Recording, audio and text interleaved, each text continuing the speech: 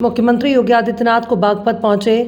उन्होंने मंच से भाजपा रालोद गठबंधन के प्रत्याशी डॉक्टर राजकुमार सांगवान को जिताने की अपील की। इस दौरान उनके साथ मंच पर रालोद अध्यक्ष जयंत चौधरी और चारू चौधरी भी मौजूद रही। इस दौरान सीएम योगी कांग्रेस पर जमकर बरसे। मुख्यमंत्री योगी आदित्यनाथ ने कांग्रेस के घोषणा पत्र की दो मुख्य बातें बताते हुए कहा कि पहला तो कांग्रेस देश में तालिबानी शासन लाना चाहती है। कांग्रेस की साजिश है कि डॉक्टर आम्बेडकर के संविधान को समाप्त कर शरिया कानून लागू किया जाए। सीएम योगी ने कहा कि दूसरा, कांग्रेस कह रही है कि गरीबी हटाओ। 65 साल में ये लोग गरीबी नहीं हटा पाए। दादी का नारा पोता तोते की तरह रट रहा है। कांग्रेस गरीबी नहीं मिटाएगी बल्कि बहन बेटियों की संपत्ति को लूट कर बंदरबाट कर देगी। इनकी साजिश बहन बेटियों के गहने जब्त करने की है। आदर्शों के लिए राजनीति की थी, उन मूल्यों और आदर्शों के लिए पूरे समर्पित भाव के साथ पिछले 6 दशक से लगातार आपकी सेवा में तन से मन से मनसा वाचा करुणा लग करके उन्होंने जो कार्य किया था, जो उनका समर्पण था, आज उस समर्पण के कारण जयंत चौधरी जी ने उन्हें एनडीए के प्रत्याशी बना करके एक सामान्य कार्यकर्ता का सम्मान किया है, एक सामान्य किसान का सम्मान किया है।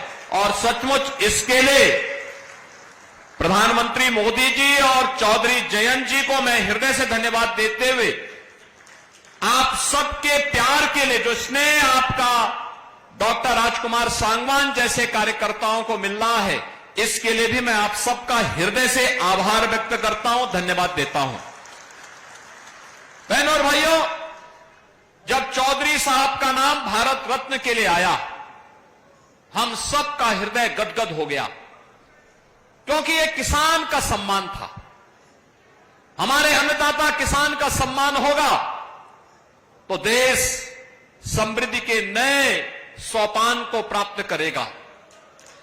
और चौधरी साहब पहले राजनेता थे देश के, जिन्होंने कहा था भारत की समृद्धि का मार्ग गांव के खेत और खलियान से होकर के जाता है, और अन्नदाता किसान की आवाज देश की संसद में और प्रदेशों की विधानसभाओं में गूंजी थी।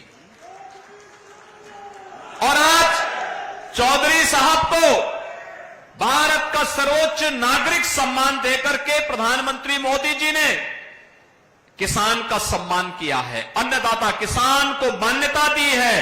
भारत की राजनीति में अब किसान को नजरअंदाज करके कोई राजनीति नहीं कर पाएगा, ये मोदी जी ने करके दिखाया है। और बहनों और भाइयों, इसीलिए चौधरी साहब की इस कर्म भूमि को मैं कोटि कोटि नमन करता हूं। बहनों और भाइयों, हम लोगों ने तो राजनीति में यही सीखा है कि अन्नदाता किसान को सम्मान मिलना चाहिए। अपने पूर्वजों के बताए मार्ग का अनुसरण करके हमें कार्य करना चाहिए। और आज तो वैसे भी हनुमत जयंती है। हनुमत जयंती के अवसर पर खासतौर पर बागपत वासियों को तो और भी मैं बधाई देता हूं। आप तो हनुमान जी के साक्षात आदर्शों का पालन करते हैं।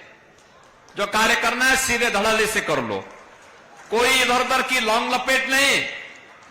और मुझे लगता है ये जो बागपत की पहचान है, किसी के प्रति राग द्वेष नहीं, मजबूती के साथ मूल्यों और आदर्शों के लिए सम विषम परिस्थितियों में लड़ना, कार्य करना, अपने नेता के साथ मजबूती के साथ खड़ा होकर के लड़ना, कार्य करना।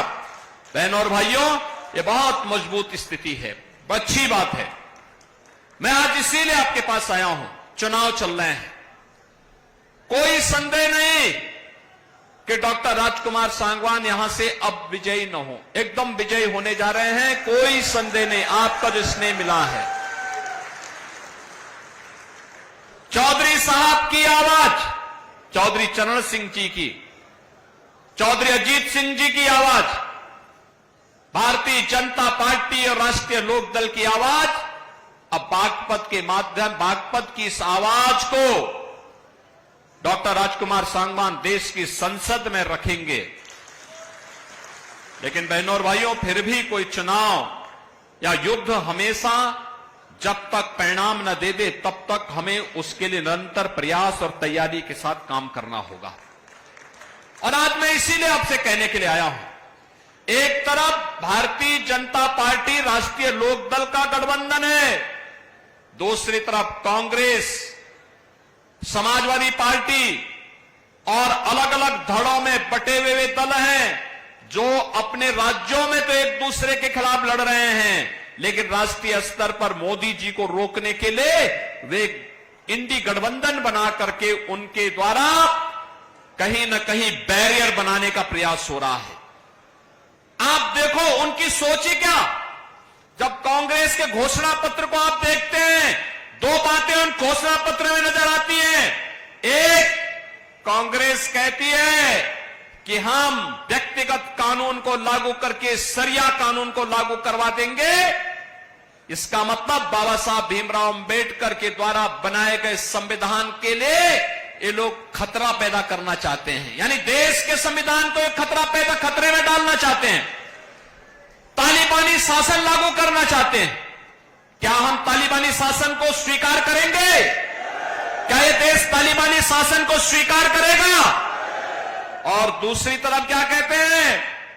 कांग्रेस का घोषणा पत्र कहता है हम एक झटके में गरीबी मिटा देंगे। और गरीबी कैसे मिटाएंगे?